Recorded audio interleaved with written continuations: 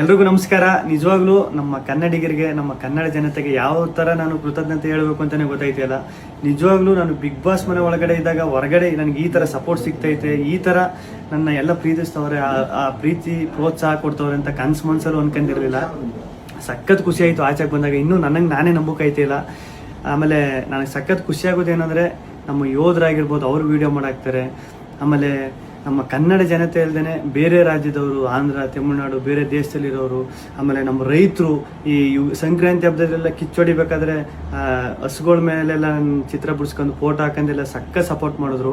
ಆಮೇಲೆ ನಮ್ಮ auto drivers stickers ಎಲ್ಲ ಹಾಕೊಂಡು, ಆಮೇಲೆ ಪಾಪ ಈ ಟ್ಯಾಟೋ ಹಾಕೊಂಡು ಅವ್ರು ಯಾರು ಅಂತಲೇ ಗೊತ್ತಿಲ್ಲ ಪಾಪ, ಟ್ಯಾಟೋ ಎಲ್ಲ ಹಾಕೊಂಡು ಅಷ್ಟೊಂದು ಪ್ರೀತಿ ತೋರಿಸಿದ್ರು. ಒಬ್ರು ಇಬ್ರು ಅಂತ ಹೇಳೋಕ್ಕಾಗೋದಿಲ್ಲ, ಚಿಕ್ಕ ಮಕ್ಕಳಿಂದ ಹಿಡಿದು ದೊಡ್ಡವ್ರವರೆಗೂ ಅಷ್ಟೊಂದು ಪ್ರೀತಿ ಪ್ರೋತ್ಸಾಹ ಕೊಟ್ಟು ಈಗಲೂ ಕೊಡ್ತಾ ಇದ್ದೀರಿ. ನಿಜವಾಗ್ಲೂ ನಾನು ಬದುಕಿರೋವರೆಗೂ ಇನ್ನೊಂದು ಸಖತ್ತು ಆಶ್ಚರ್ಯ ಆಗಿದ್ದು, ಖುಷಿಯಾಗಿದ್ದು, ನಮ್ಮ ಮೀಡಿಯಾ, ನಮ್ಮ ನ್ಯೂಸ್ ಚಾನೆಲ್ಗಳು ಅಷ್ಟೊಂದು ಸಪೋರ್ಟ್ ಮಾಡಿದ್ರು ನನ್ನದು. ಆಮೇಲೆ ನಮ್ಮ ಸೋಷಿಯಲ್ ಮೀಡಿಯಾದಲ್ಲಿ ನಾನು ನಿಜವಾಗ್ಲೂ ಒಂದೇ ಒಂದು ನನ್ನ ಬಗ್ಗೆ ಒಂದು ನೆಗೆಟಿವ್ ವಿಡಿಯೋ ಆಗಲಿ, ಒಂದು ಟ್ರೋಲ್ ವಿಡಿಯೋ ಆಗಲಿ ಸತ್ಯವಾಗ್ಲೂ ನೋಡಿಲ್ಲ.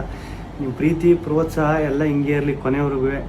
ಹಿಂಗೆ ಐತೆ. ನಾನು ಈ ಪ್ರೀತಿ ಪ್ರೋತ್ಸಾಹನ ಕೊನೆವರೆಗೂ ಉಳಿಸ್ಕೊತೀನಿ. ಧನ್ಯವಾದಗಳು.